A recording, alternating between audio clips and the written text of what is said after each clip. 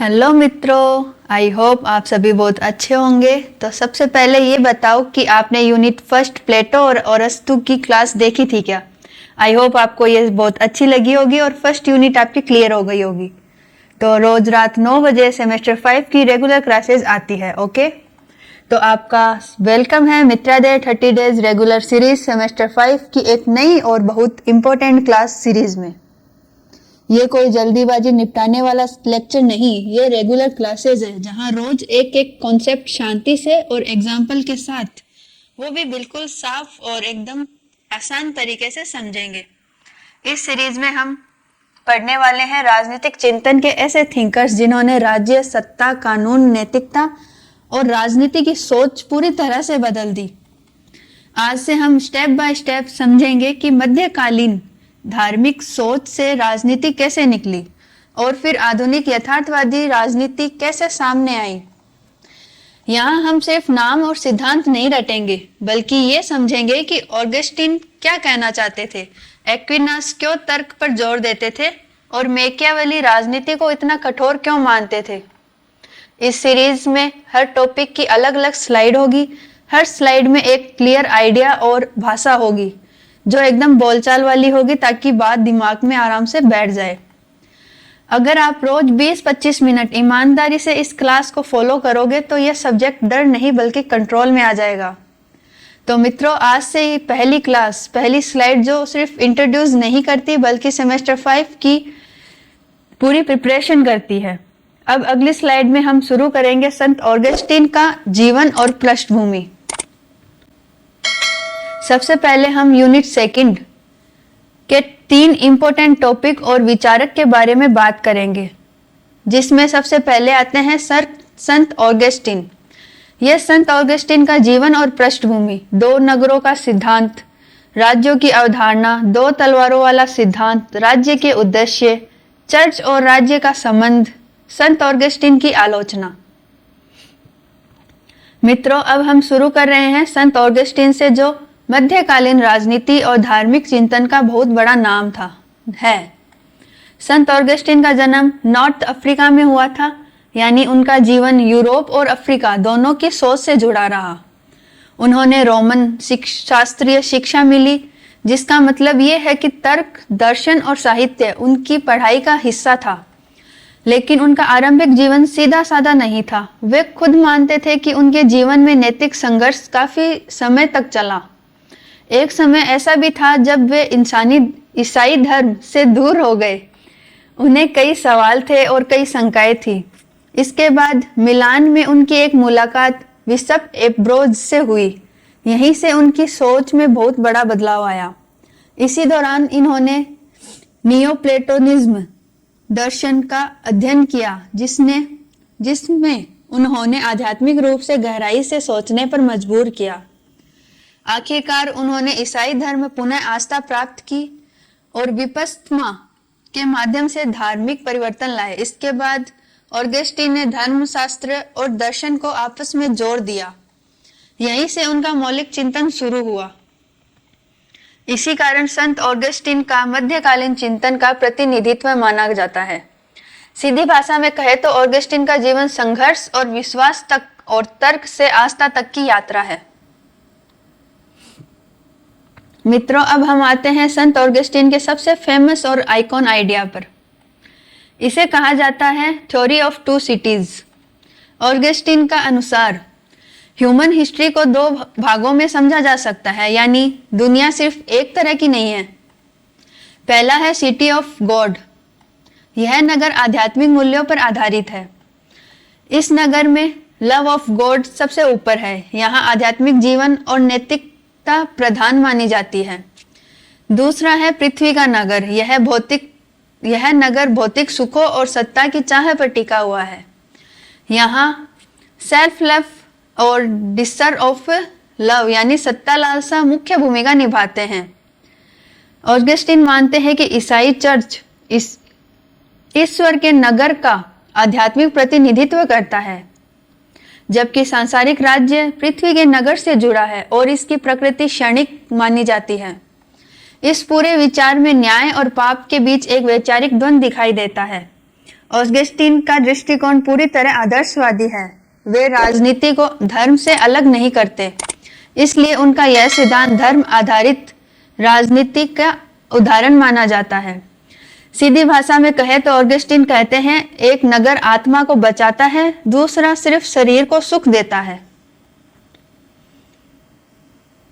मित्रों, अब हम आते हैं संत ऑगस्टीन राज्य को कैसे देखते हैं।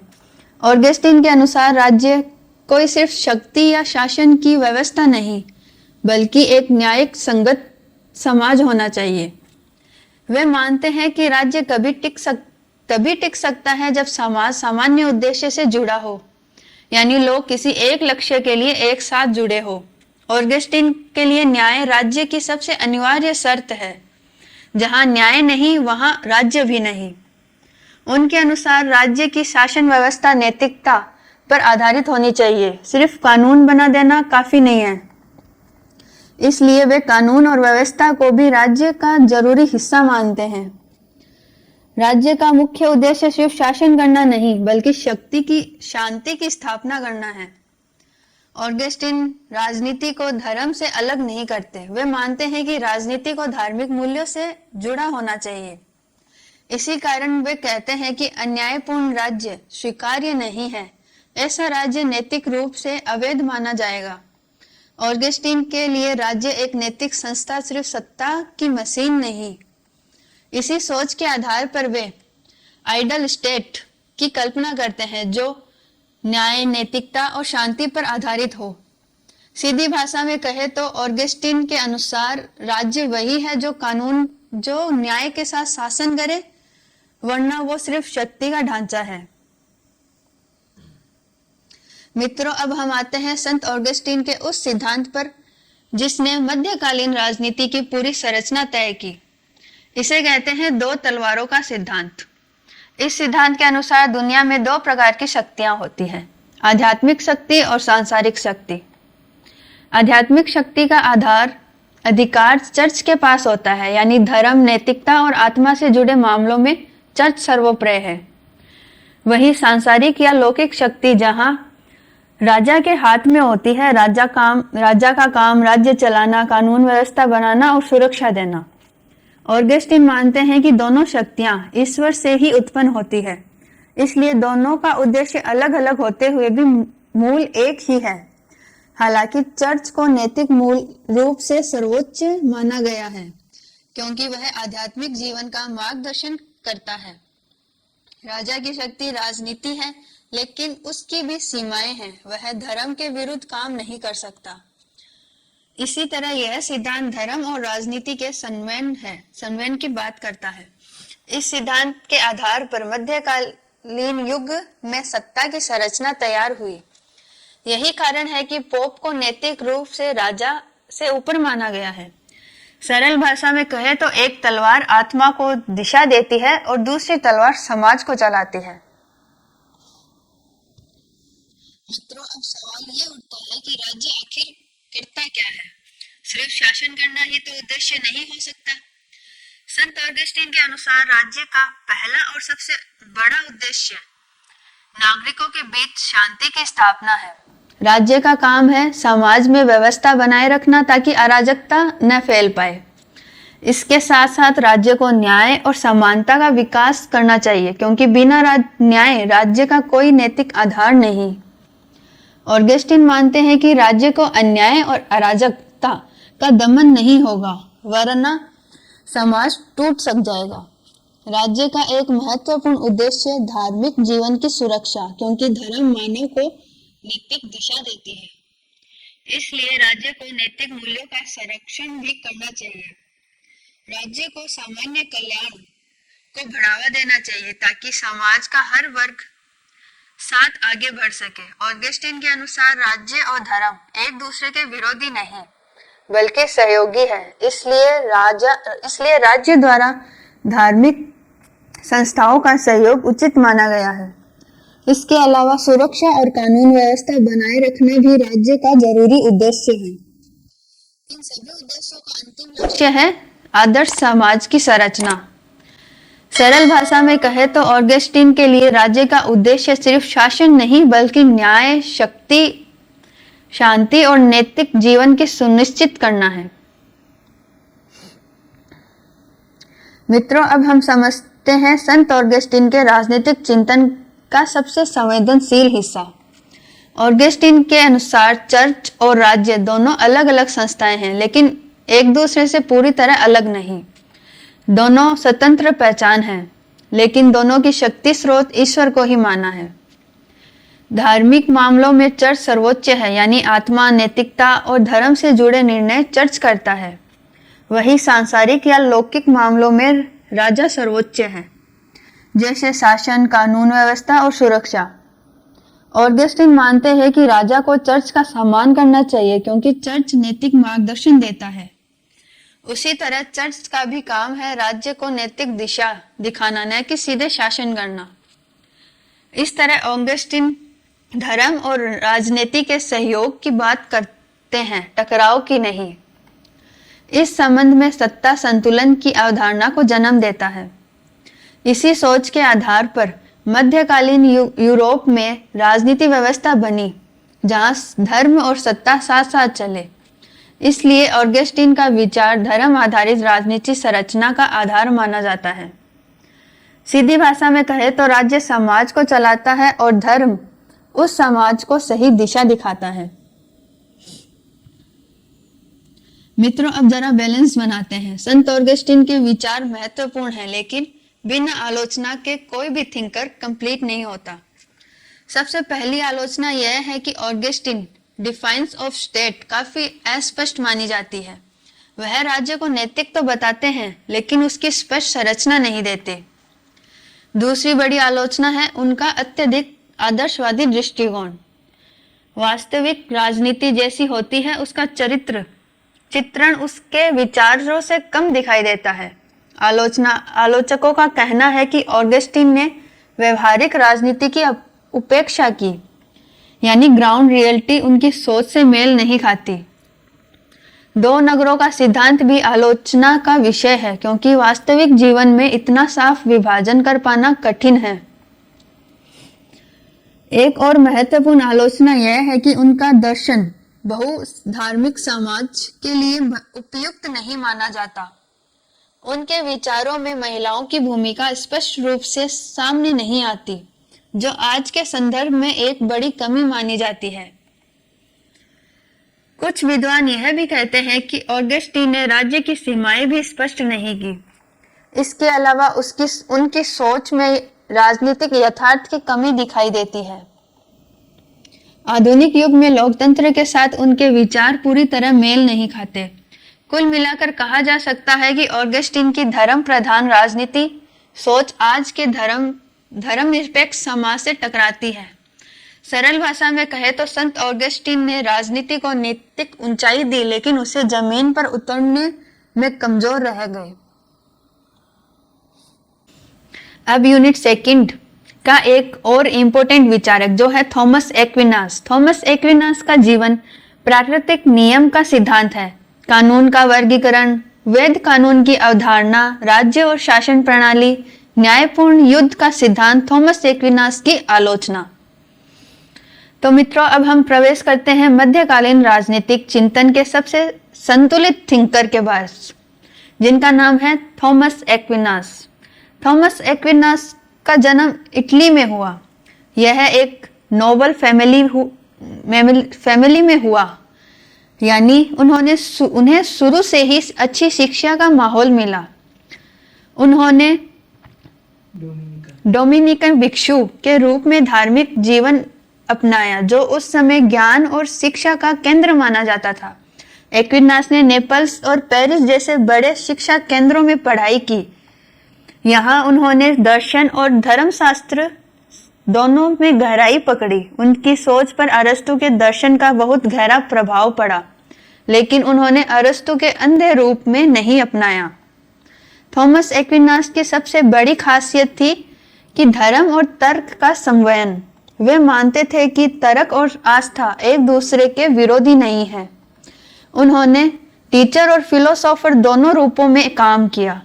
उनकी रचनाएं आज भी पढ़ी जाती है। इसी कारण उन्हें मध्यकालीन बुद्धिवाद का प्रतिनिधित्व माना जाता है। थॉमस एक्विनास ने ईसाई धर्मशास्त्र को तर्क के आधार पर मजबूत किया।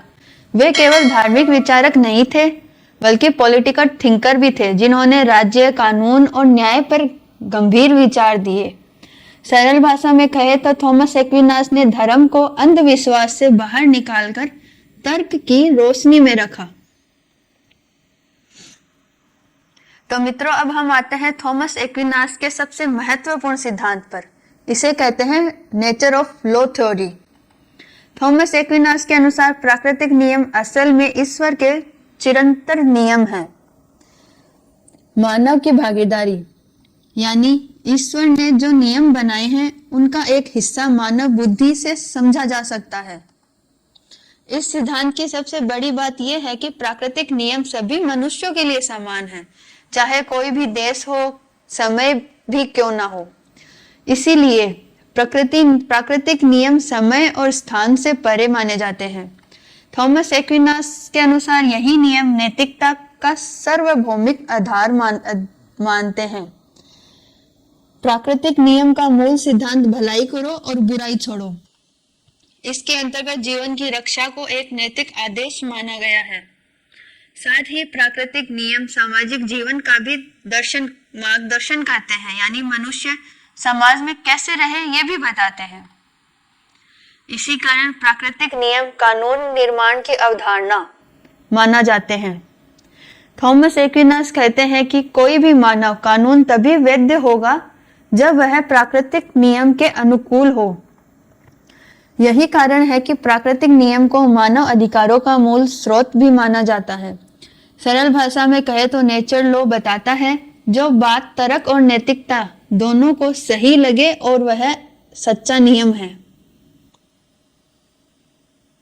तो मित्रों, अब हम समझते हैं कि थॉमस एक्विनास कानून को कैसे बांटते हैं। थॉमस एक्विनास के अनुसार कानून एक जैसे नहीं होते। उन्होंने कानूनों को एक पदानुक्रमित ढांचे में समझाया है। सबसे ऊपर आता है चिरंतर नियम। यह ईश्वर की सार्वभौमिक योजना को दर्शाता है। इसके बाद आता है दिव्य नियम। यह नियम धार्मिक ग्रंथों पर आधारित होते हैं और मनुष्य को आध्यात्मिक मार्ग दिखाते हैं। तीसरे स्थान पर है प्राकृतिक नियम। यह नियम मानव तर्क से समझे जा सकते हैं और सभी के लिए समान होते हैं। इसके बाद आते हैं मानव नियम। ये नियम समाज में व्यवस्था बनाए रखने के लिए होते हैं। थॉमस एक्विनास मानते हैं कि इन सभी कानूनों के बीच एक स्पष्ट क्रम होता है, यानी हर कानून ऊपर वाले कानून से जुड़ा होता है। इस वर्गीकरण में प्राकृतिक नियम की सर्वोच्चता मानी जाती है। अगर कोई मानव कानून प्राकृतिक नियम के विरुद्ध है तो वह वैध नहीं माना जाता। इसीलिए कानून और नैतिकता को अलग अलग नहीं किया जा सकता। थॉमस एक्विनास के अनुसार कानून का जस्टिस स्थापित करना है, न कि सिर्फ दंड देना। इस पूरे ढांचे में राज्य की कानूनी संरचना समझ में आती है। सरल भाषा में कहे तो एक्विनास कहते हैं हर कानून तभी सही है जब वह नैतिक हो और तर्कसंगत हो।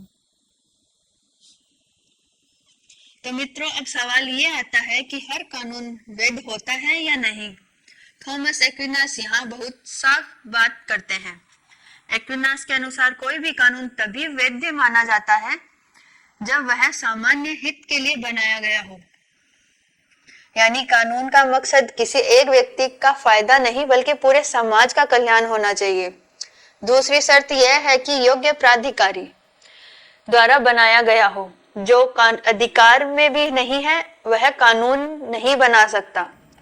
तीसरी बात, कानून को उचित विधि से घोषित किया जाना चाहिए। गुपचुप बनाया गया नियम कानून नहीं कहलाता।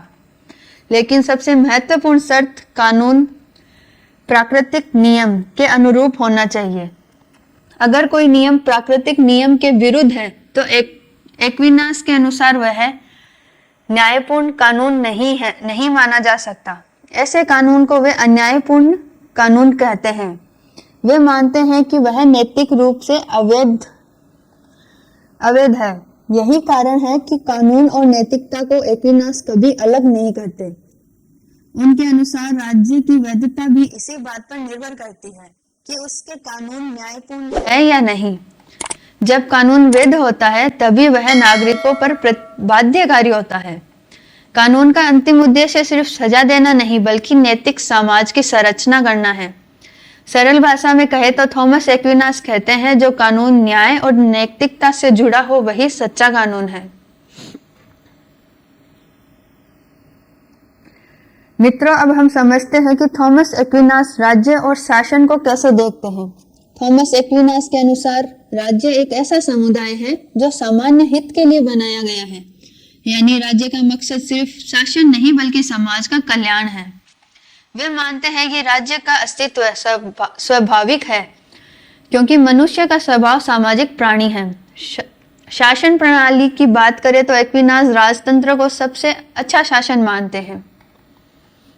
उनके अनुसार एक शासक होने से एकता और कार्य क्षेत्र क्षमता बनी रहती है। इसी विचार में उन पर अरस्तु का स्पष्ट प्रभाव दिखाई देता है। लेकिन ध्यान रखिए, एक्विनास अंधा राजतंत्र नहीं चाहता। वे मानते हैं कि राजा के साथ अभिजात वर्ग की सहभागिता भी होनी चाहिए। इतना ही नहीं, वे शासन में कुछ लोकतांत्रिक तत्व भी स्वीकार करते हैं। इसी कारण एक्विनास मिश्रित शासन प्रणाली का समर्थन करते हैं। इस मिश्रित शासन में सत्ता संतुलन बनाए रखता है जिससे तानाशाही न पनपे। एक्विनास के अनुसार शासन में नैतिकता बहुत जरूरी है। बिना नैतिकता के कोई शासन लंबे समय तक नहीं टिक सकता। इसलिए वे राज्य को कल्याणकारी स्वरूप में दिखाना चाहते हैं। सरल भाषा में कहे तो थॉमस एक्विनास कहते हैं, राज्य तभी अच्छा है जब उसकी सत्ता, न्याय, नैतिकता और सामान्य हित तीनों से जुड़ी हो। मित्रों, अब हम एक ऐसे विषय पर आते हैं जो सुनने में कठोर है, लेकिन थॉमस एक्विनास ने इसे नैतिक नियमों में बांध दिया। इसे कहते हैं न्यायपूर्ण युद्ध सिद्धांत।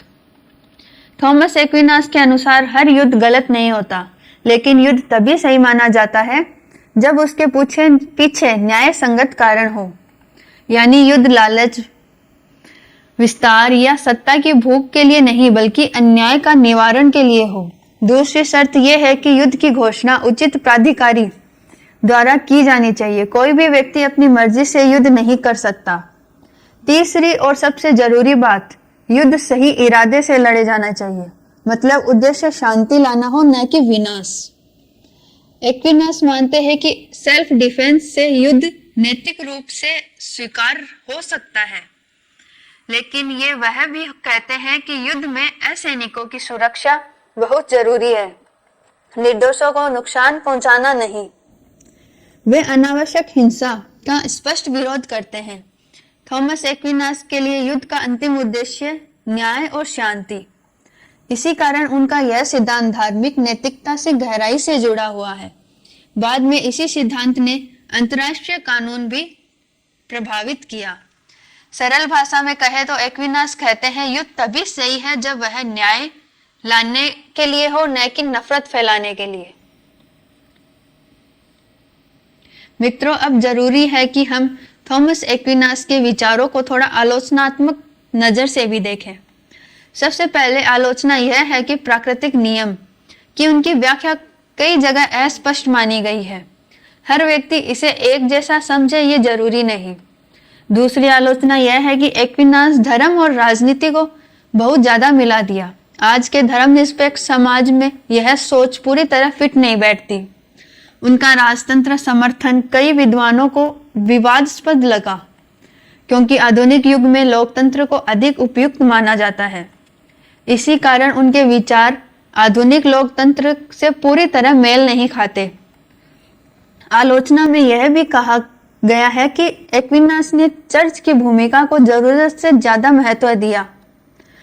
उनकी सोच में स्टेट ऑफ मूवमेंट्स अधीन मानी गई है, जो आज के दृष्टिकोण से स्वीकार नहीं है। इसके अलावा उनके विचार समाज की विविधता को पूरी तरह नहीं समझ पाते। एक्विनास के कई विद्वानों का मानना है कि एक्विनास की राजनीति पर धार्मिक प्रभाव बहुत अधिक पड़ा है। इसीलिए उनका विचार मॉडर्न आधुनिक धर्मनिरपेक्षता से टकराता है। कुल मिलाकर कहा जा सकता है कि थॉमस एक्विनास एक महान विचारक थे, लेकिन उनका चिंतन मध्यकालीन सीमाओं से पूरी तरह मुक्त नहीं हो सका। सरल भाषा में कहे तो एक्विनास ने राजनीति को नैतिक आधार दिया, लेकिन आधुनिक युग की जटिलताओं को पूरी तरह से नहीं पकड़ पाए। अब यूनिट सेकंड के एक और इम्पोर्टेंट विचारक निकोलो मैकियावेली। मैकियावेली का जीवन और पृष्ठभूमि आधुनिक राजनीतिक यथार्थवाद, शक्ति की अवधारणा, नैतिक और राजनीतिक वर्तु और फॉर्चूना, आदर्श शासक के गुण, मैकियावेली की आलोचना। मित्रों, अब हम प्रवेश करते हैं राजनीतिक चिंतन के उस थिंकर के पास जिसने आदर्शवाद को किनारे रखकर जमीनी हकीकत की बात की। इनका नाम है निकोलो मैकियावेली।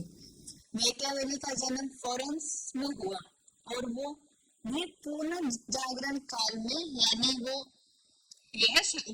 वो समय जब यूरोप में नई सोच, नया ज्ञान और नई राजनीति उभर रही थी। उन्होंने राजनीति और सैन्य शिक्षा प्राप्त की, जिससे उन्हें शासन और सत्ता दोनों की समझ मिली।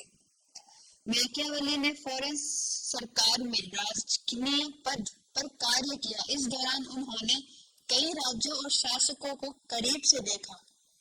वे अलग अलग दरबारों में गए और वहीं से उन्हें व्यवहारिक राजनीति का असली अनुभव मिला। लेकिन बाद में मेडिची परिवार के सत्ता में आने से मैकियावेली का राजनीति पतन हो गया। उन्हें कारागृह और निर्वासन का भी सामना करना पड़ा। यहीं से उनका जीवन पूरी तरह बदल गया। इसी कठिन समय में मैकियावेली ने राजनीति लेखन की शुरुआत की। उन्होंने इतिहास से सीख लेकर राजनीति को समझने की कोशिश की। कल्पना नहीं, अनुभव और उदाहरण उनकी सोच का आधार रहे। इसी कारण मैकियावेली को व्यवहारिक राजनीति का अध्ययनकर्ता कहा जाता है।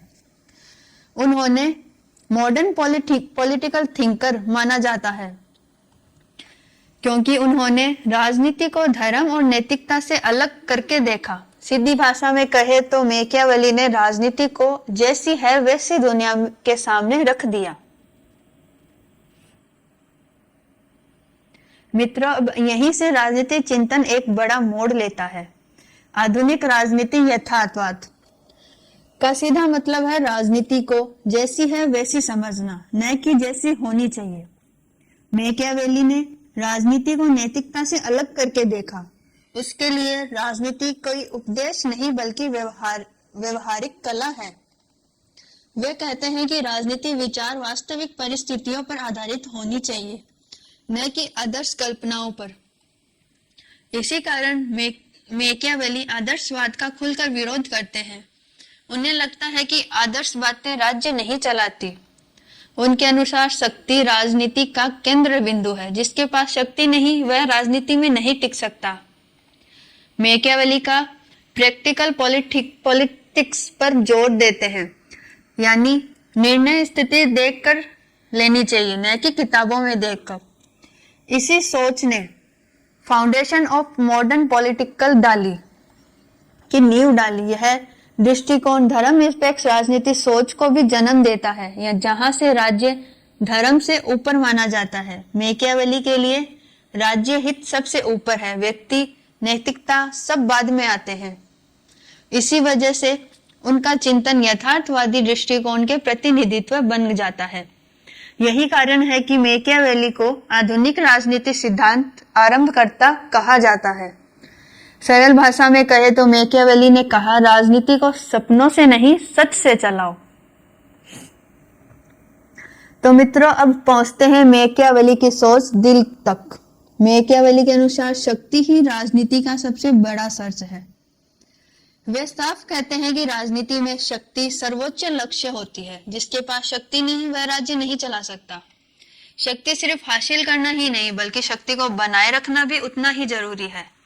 मैकियावेली मानते हैं कि शक्ति के बिना राज्य अस्थिर हो जाता है और अस्थिर राज्य जल्द ही टूट जाता है। इसलिए वे नैतिकता को शक्ति से ऊपर नहीं रखते। उनके लिए नैतिकता शक्ति के अधीन है। राजा का प्रारंभिक उद्देश्य सत्ता को सुरक्षित रखना होना चाहिए, बाकी सब बाद में आता है। मैकियावेली कहते हैं कि शक्ति बनाए रखने के लिए राजा को साधनों की स्वतंत्रता होनी चाहिए, यानी हर स्थिति में एक ही तरीका नहीं होता, स्थिति जैसी है वैसे निर्णय लेने चाहिए। वे राजनीतिक स्थिरता पर बहुत जोर देते हैं क्योंकि स्थिरता के बिना राज्य आगे नहीं बढ़ सकता। मैकियावेली के लिए शक्ति और शासन आपस में सीधे जुड़े हुए हैं। उनका यह विचार यथार्थवादी सत्ता का सिद्धांत का आधार मानते हैं। सरल भाषा में कहे तो मैकियावेली कहते हैं राजनीति में अच्छा बनने से पहले मजबूत बनना जरूरी है। मित्रों, अब हम उस पॉइंट पर आते हैं जहां मैकियावेली सबसे ज्यादा कंट्रोवर्शियल बन जाता है। मैकियावेली के अनुसार राजनीति को नैतिकता से अलग करके देखना चाहिए। वे मानते हैं कि नैतिक नियम व्यक्तिगत जीवन के लिए ठीक हो सकते हैं, लेकिन राज्य चलाने में हर बार काम नहीं आते। मैकियावेली साफ कहते हैं कि राजनीति में उद्देश्य साधनों को न्यायोचित ठहराया जाता है, यानी अगर राज्य को बचाने के लिए कठोर कदम उठाने पड़े तो वे गलत नहीं माने जाते। उनके अनुसार राज्य हित नैतिकता से ऊपर होता है। राजा को सबसे पहले राज्य की सुरक्षा देखनी चाहिए। वे आइडल मोरालिटी के आलोचना करते हैं क्योंकि वास्तविक दुनिया इतनी सरल नहीं होती। मैकियावेली कहते हैं कि राजा को परिस्थिति के अनुसार आचरण करना चाहिए। हर समय एक जैसी नैतिक व्यवहार संभव नहीं।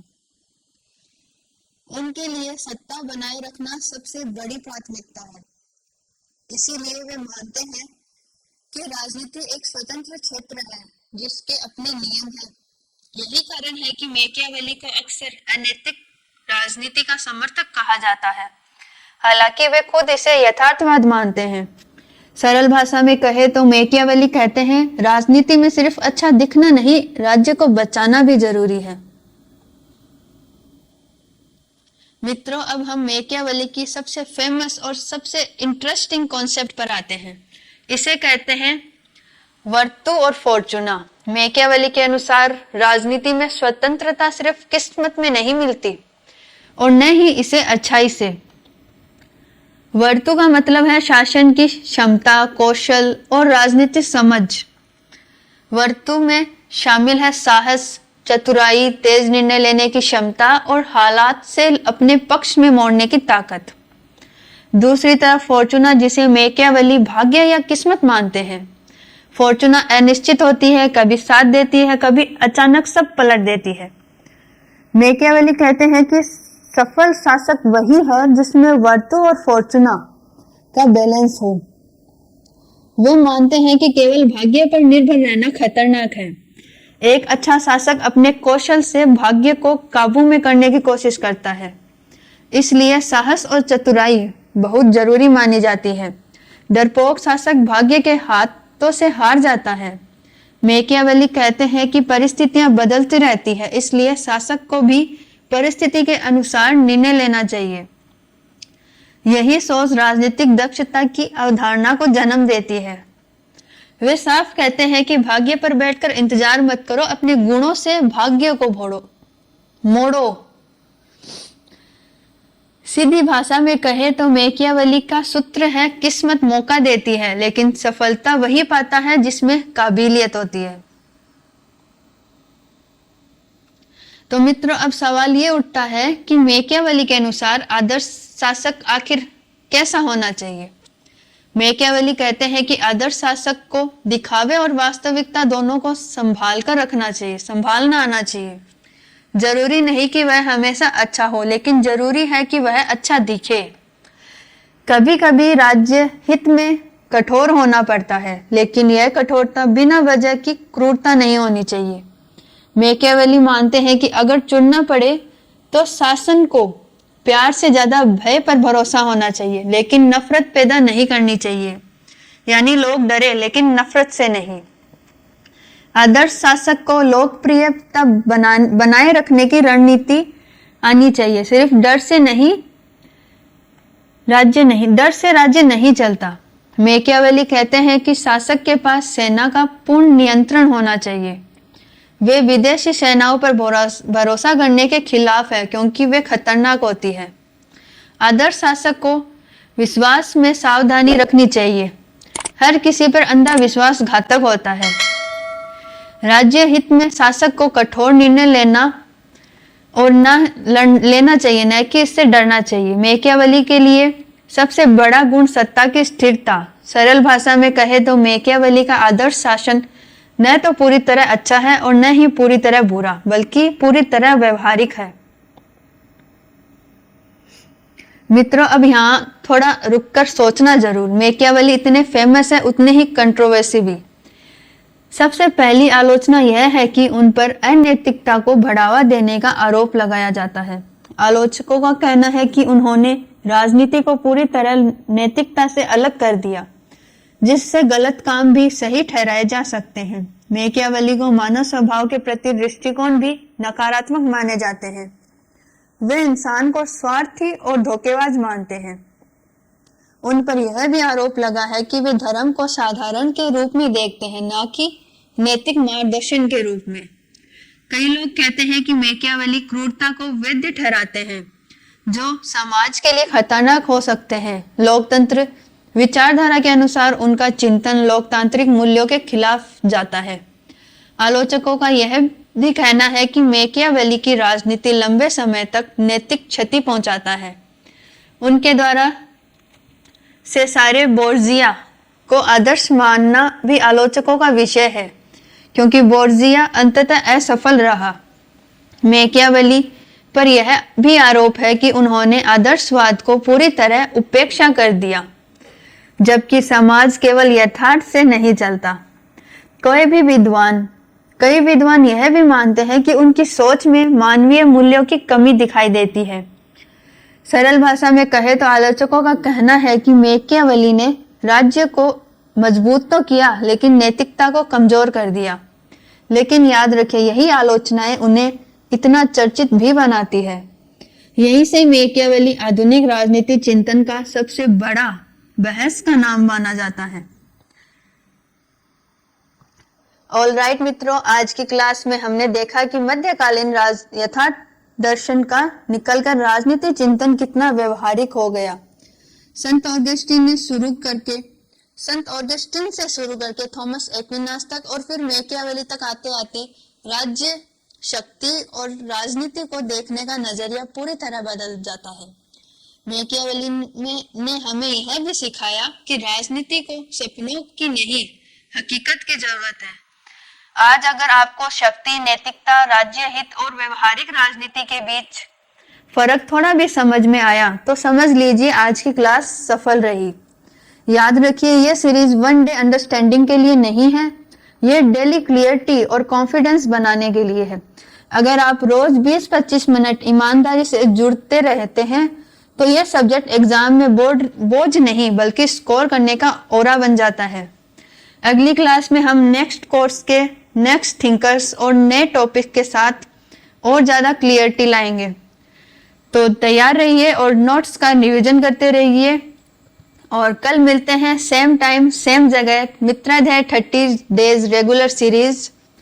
तो जुड़े रहिए MGSU मित्राध्याय के साथ। आपका अपना स्टडी मित्र। धन्यवाद।